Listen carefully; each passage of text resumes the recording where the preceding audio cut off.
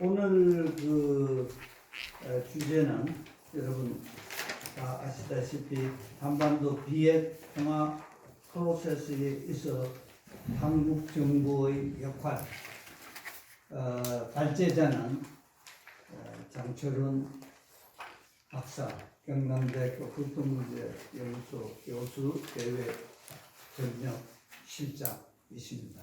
자, 장철훈 박사 한 40분 정도 마음 편하게 아주 부담감 없이 이 주제 발표를 해주시면 감사하겠습니다.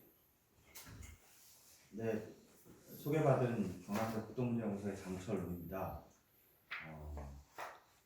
평소에 자주 뵀던 분들도 있고 오늘 처음 뵌 분도 계시고 그런데 이제 곽태환 교수님께서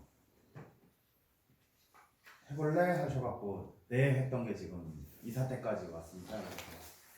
그래서 이 자리에 토론자로 참석해 주신 선생님들께 제가 강의식으로 하는 건 당치도 않은 얘기 같고요. 제가 미리 보내드렸기 때문에 짧게 말씀드리고, 그리고 미리 보내주신 토론문도 제가 봤고, 그러니까 그거에 대해서 나중에 제가 드릴 말씀 있으면 드리고, 제가 드린 말씀이나 아니면 토론문 보내주신 거 그런 내용 토대로 해서 향후 얘기를 더 이어갔으면 좋겠습니다. 일단은 제목을 한반도 비핵 평화 프로세스에 있어서 한국의 역할을 이렇게 주셨는데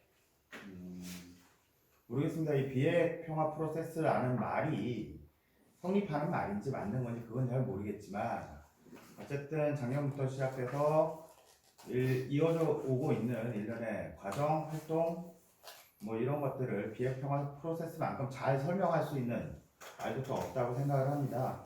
그래서 그 부분에 있어서 이제 받아들여서 일단 내러티브 중심으로 구성을 했고요. 사실 제목을 문재인 정부의 역할이라고 주셨는데 솔직히 잘 모르겠습니다. 작년 1년 동안 했던 문재인 정부의 역할 이런 것들에 대해서는 굉장히 호평도 많았었고 그렇지만 올해 들어서 또 하고 있는 역할 이런 거 보면 어떻게 보면 또 질책받는 게 당연하다고 생각이 되거든요. 그러면 대안이 뭐냐 물어보면 솔직히 저는 잘 모르겠습니다. 그래서 마지막 부분에는 제가 정부 당국자도 아니고 정책을 기획하는 사람도 아니지만 마지막 부분에는 고민을 같이 나눴으면 하는 바람에서 제가 특별하게 이렇게 제 생각이 짧은 것도 있지만 그런 고민을 같이 해주셨으면 하는 차원에서 특별하게 이렇게 했으면 좋겠다 이렇게 쓰지는 않았습니다. 40분 시간을 너무 많이 주셔가지고 말씀을 어떻게 드려야 될지 잘 모르겠는데 일단은 준비된 대로 말씀을 드리겠습니다. 이 자리에 계신 분들 잘 아시는 것처럼 그리고 제가 앞서 말씀드렸던 것처럼 작년에 너무 좋았습니다. 저는 개인적으로. 그리고 무엇을 상상하든 그 이상을 남북관계, 북미관계, 한반도 정세가 보여줬다고 생각을 합니다. 학생들한테 강의할 때 그런 얘기를 많이 하는데요. 작년에는 제가 무엇을 상상하든 그 이상을 보여줬다. 근데 올해는 무엇을 상상하든 아무것도 안 되고 있다. 이렇게 요약해서 얘기를 하고 있습니다. 특히 우리가 뭘 못해서 올해 이렇다거나 라고 생각하지는 않습니다. 모든 거 올해 상황의 모든 것의 시발점은 아시는 것처럼 이제 올해 2월 말에 있었던 하노이에서 있었던 제2차 북미 정상회담이라고 생각을 하고요. 그게 개최되던 당시까지만 해도 사실상의 결렬이 선언되던 그 시점까지만 해도 그게 판이 깨지거나 합의가 안 나올 거라고 예상한 사람은 저는 개인적으로는 아마도 안 계실 거라고 생각을 합니다. 그런 측면에서 끝나고 나서 이제 문재인 대통령께서도 2차 북미 정상회담에 합의 없이 종료가 되긴 했지만 나름의 성과가 있었다라고 평가를 했던 부분도 있기 때문에 사실 아무것도 안 되고 있는 것 같지만 무언가는 되고 있을지도 모르는 상황이라고 생각을 하고요. 그런 측면에서 그런 상황에서 작년에 무엇을 상상하든 그 이상을 보여줬던 판때기 자체는 아직까지는 근본적으로 흔들리거나 깨지지는 않고 있다고 생각을 하고 있습니다. 그래서 그런 것들을 잘 살려나가야 된다는 취지에서 발제문을 썼습니다. 그러면 비핵평화 프로세스가 근본적으로 어떻게 생긴 거냐, 어떤 모양새인 거냐에 대해서 먼저 말씀을 드리겠습니다. 제가 북한대학원대학교 출신들을 욕먹이는 건 아닌데 아무래도 북한 쪽 공부만 하다 보니까 이론적인 배경이나 이런 것들이 좀 취약한 부분이 있습니다. 그래서 접근하는 데 있어서 특별한 이론이나 뭐 이런 것들을 적용하기는 사실 남북관계나 한반도 문제에는 적합하지 않다는 생각을 강하게 가지고 있습니다. 평소에도.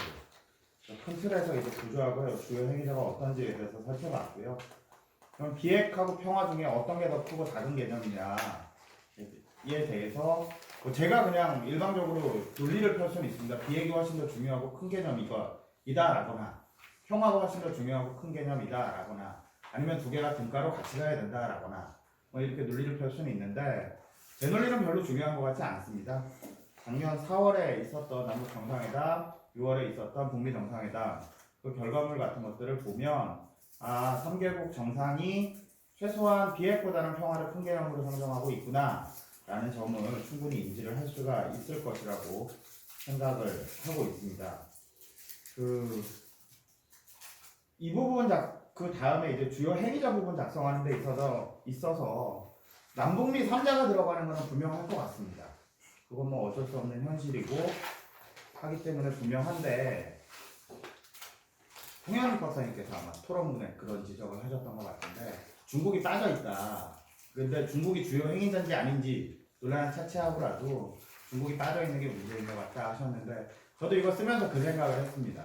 그러니까 남북미만 가지고는 사실 뭐 전반적인 상황을 설명하는데 크게 이상하지는 않은데 작년에 4차례, 올해 한 차례 이루어졌던 북중 정상회담, 특히나 올해 수교 70주년 맞아서 북한하고 중국 사이에 이루어지는 각종 교류들 이런 것들을 보면 중국을 배제하고 생각할 경우에 뭐 지금까지 작년부터 지금까지 오늘까지 상황을 이해하는 거는 중국을 배제하더라도 상관이 없는데 앞으로 전개될 상황 이런 것들을 이해하는 데 있어서는 그걸 놓치고 가면 굉장히 큰 실책일 것 같다. 하지만 지금까지의 상황을 이해하는 데 있어서는 중국을 약간 이렇게 빼놔도 저는 상황 전반을 한반도 상황 전반을 이해하는데 크게 무리가 있다고 생각하지 않습니다. 그래서 남북한과 미국이 왜 주요 행위자인지에 대해서 일단 구성 측면에서 썼고요. 그리고 구성해 나가는 측면에서 내용을 썼고 뭐 메커니즘이라 그래서 거시적, 미시적 이렇게 굳이 이름을 붙였는데 그 주요 구조하고 행위자를 가지고 그냥 간단하게 도식으로 나타낸 겁니다. 이 그림이 뭐 지금 돌아가는 상황, 복잡한 이런 것들을 모두 다 설명하고 있다고 생각하지는 않습니다. 단순화시켜서 도식으로 나타내고 그걸 다시 현실에 맞게 맞춰서 풀어가는 과정을 좀 이렇게 설명을 드리기 위해서 이해를 돕기 위해서 그림을 그렸던 거고요. 제가 뭐 이 발제문 자체가 이호령 박사님도 그때 같이 계셨는데 작년에 가을인가 북한연구학회에서 주관했던 학술에 의해서 발표했던 내용을 좀 발전시킨 겁니다. 나름 발전시킨다고 시켰는데 뭐 이상한 박사님이나 이제 엄하게 지적을 해주긴 하셨는데 어쨌든 그거를 좀 보완한 거고 그 부분에서 제가 좀 중요하게 생각했던 건 그겁니다. 그러니까 남북 관계가 진전되는 데 있어서 미국이 영향을 미칠 수도 있고 북미 관계가 진전되는 데 있어서 한국이 영향을 미칠 수도 있고 한미 관계에 있어서 북한이 영향을 미칠 수도 있다. 한미 관계에 대한 북한의 영향은 그동안 우리가 특히 냉전기 때 이런 데는 엄청나게 많이 봐왔기 때문에 굳이 말씀드리지 않아도 좋을 것 같습니다. 북미 관계에 있어서 한국이 무슨 영향을 미쳤냐? 좋은 영향, 나쁜 영향 다 미친 경험이 있습니다. 이호령 박사님 토론문에도 있는데 그런 것들처럼 뭐 이러저러한 영향들을 다 미쳐왔고 그리고 미국이 남북관계에 미친 영향 역시 부정하기는 어려운 게 사실입니다. 다만 작년부터 이루어지고 있는 이 판을 보면 한미관계에 북한이 미치는 영향은 그렇게 크진 않은 것 같습니다. 한국과 미국이 서로의 관계에 대해서 고민을 하고 그것들을 조정해 나가고 변경시켜 나가는 게 중심이지 북한이 직접적으로 한미관계에 영향을 미친다? 저는 그렇게 보진 않습니다. 물론 그거에 반대되는 반증 사례도 분명히 제시를 할 수 있을 텐데 전반적으로 비핵평화 프로세스라는 큰 판에서 보면 한미 간에는 그렇게 큰 이견은 없는 것 같고 그런 상황에서 이제 북한이 그 이견을 이간질한다거나 이럴 만한 시도는 눈에 띄지는 않고 있다. 그 정도는 아니다. 라고 말씀드릴 수 있을 것 같고, 또 하나는 한국이 북미 관계, 북미 사이에 영향을 미치는 것에 대해서 작년 이후로는 한국은 북미 이렇게 스스로 이제 개념 규정도 하지만 중재자라고 했다, 운전자라고 했다, 촉진자까지 지금 전개가 되어 있는데 용어가 변화하고 있는데, 어쨌든 간에 북미 관계가 발전하는 데 있어서 한국은 나름의 긍정적인 영향을 미치려고 노력을 하고 있는 걸로 보입니다. 그리고 그보다 중요한 건 저는 남북관계에 대한 미국의 영향이라고 생각을 합니다. 남북관계가 나름대로 발전할 수 있는 동력이 있을 거라고 저는 작년에 생각을 했습니다. 그리고 그런 것들을 4.27 남북 정상회담이나 9월 평양 정상회담 이런 것들을 통해서 보여줬다고 생각을 했습니다. 하지만 지금 돌이켜서 생각해보면 그건 그냥 남북 간의 약속이었을 뿐이고, 그것들을 이행해 가는 데 있어서는 사실상 미국이 가장 큰 영향력을 행사하고 있다. 그게 제2차 북미 정상회담이 합의 없이 종료된, 저는 깨졌다는 표현은 하지 않습니다. 그냥 나머지 여지가 있는 부분들이기 때문에 합의 없이 종료되는데도 일정하게 영향을 미쳤다 라고 생각을 하고요. 그 과정에서 미국이 가장 크게 영향력을 발휘한 것은 제재 문제다 라고 그냥 잘라서 말씀드릴 수가 있을 것 같습니다.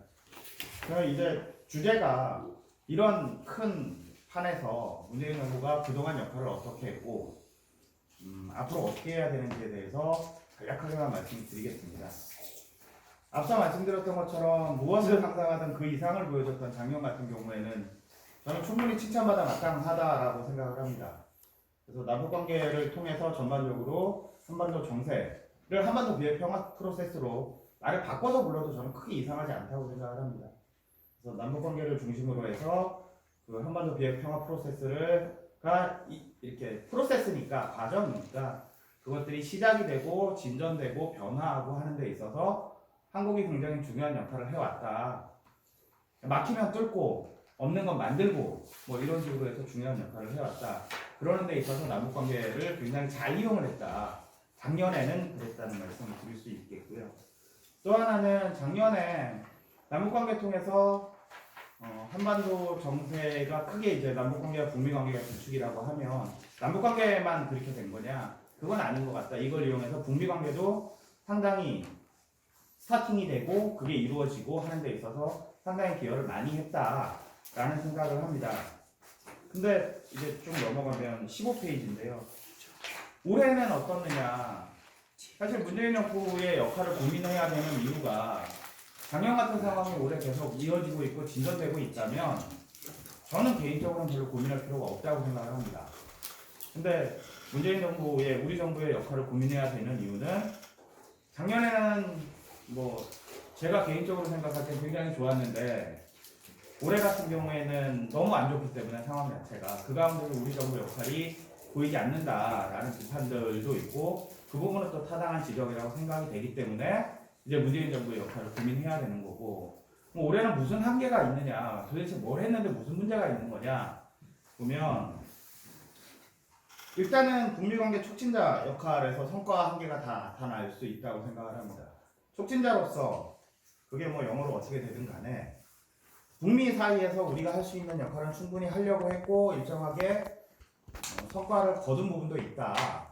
대표적으로 2차 북미 정상회담 깨지고 나서 트럼프 대통령과 저는 사실상의 3차 북미 정상회담이라고 생각을 하는데, 판문점 그 자유의 집에서 1시간 가까이 둘만 만나게 해준 것 자체가 굉장한 성과라고 생각을 합니다.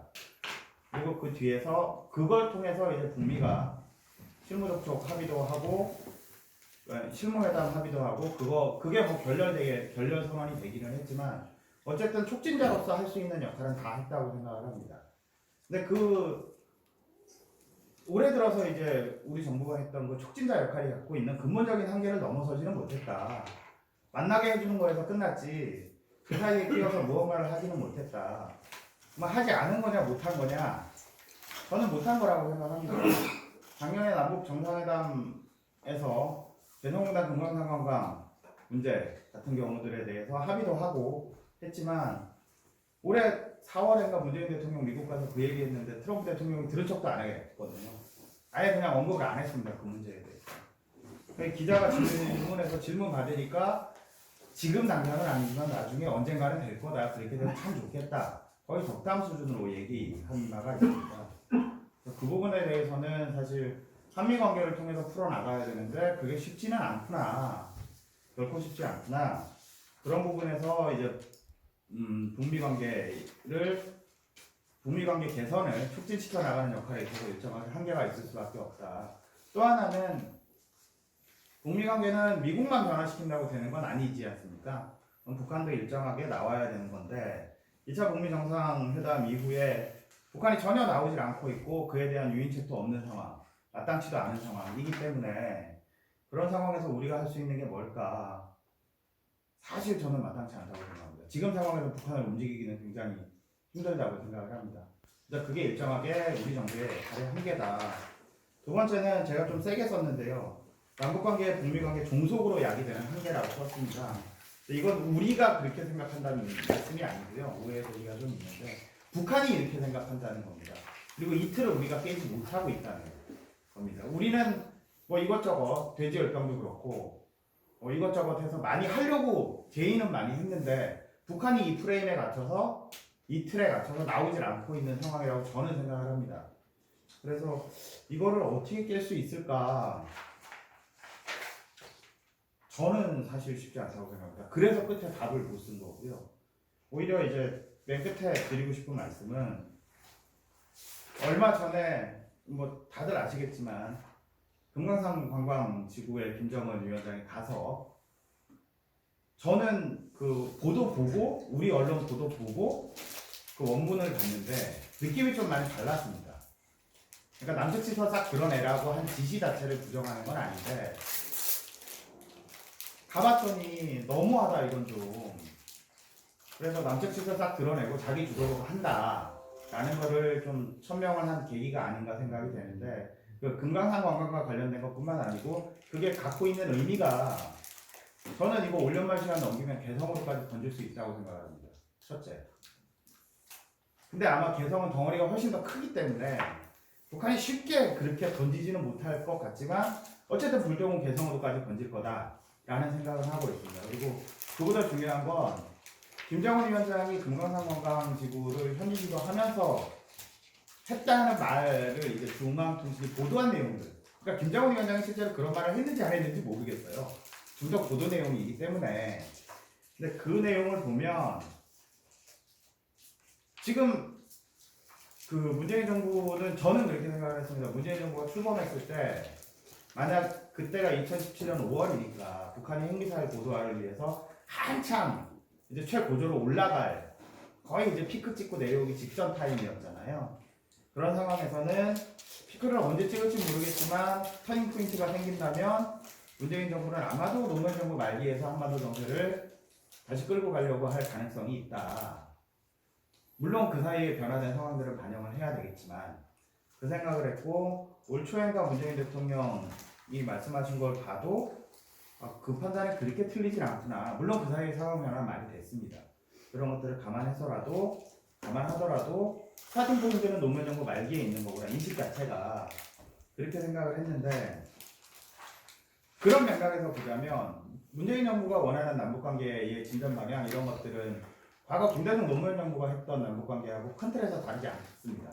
지금 정부가 제의하는 것들만 봐도 그렇고 그동안 중단됐던 거 다시 재개하고 그걸 통해서 북한의 뭐 변화라고 할지는 모르겠지만 어쨌든 남북관계를 개선시키고 발전시켜 나가는 그리고 작년에 보여준 성과 중에 하나는 군사적인 부분에서의 일정하게 합의하고 그것들을 이행한 부분인데 그 부분들은 이제 김대중 노무현 정부 시기에 잘못했다고 지적을 받는 부분들이기 때문에 그것도 해나가고 김대중 노무현 정부 시기의 남북관계도 그것과 비슷한 모양새로 추동해 나가는 그런 생각을 인식을 갖고 있다고 생각을 했습니다. 지금도 그렇게 생각하고 있고 저는.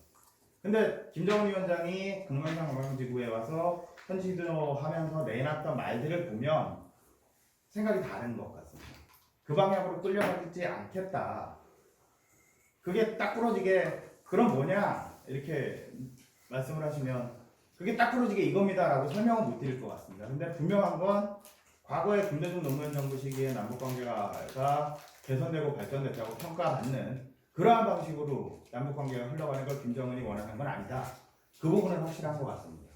그런 맥락에서 금강산 불통이 개선까지 튈 수 있다고 생각을 하는 거고, 그 부분 그런 내용들에 대해서도 뒤에 이제 토론 해주시는 선생님들께서 말씀을 좀 해주시면 조금 더 고민이 되고 조금 더 재미가 있고 할 것 같습니다. 그리고 뭐 발표하고 상관없는 말씀인데 곽태환 교수님께서 저를 왜 예쁘게 보셨는지 잘 모르겠습니다. 근데 작년에 8월인가 베이징 갈 때 모시고 간 적이 있는데 그때 가서 이제 9월이네. 베이징 갈 때 모시고 간 적이 있는데 가서 담배 피운다고 꾸지람도 많이 듣고 혼나기도 하고 막 이랬는데 어쨌든 그때 이제 모시고 가서 무사히 잘 이렇게 돌아오고 아마 그것 때문에 예쁘게 보신 거 아닐까 싶은데 예쁘게 보신 건 예쁘게 보신 거고요. 그거는 감사할 일인데 교수님께서 저를 이제 발제자로 소개를 하실 때 참신하고 참 뭐 이렇게 소개를 해주셨어요. 이메일을 보면.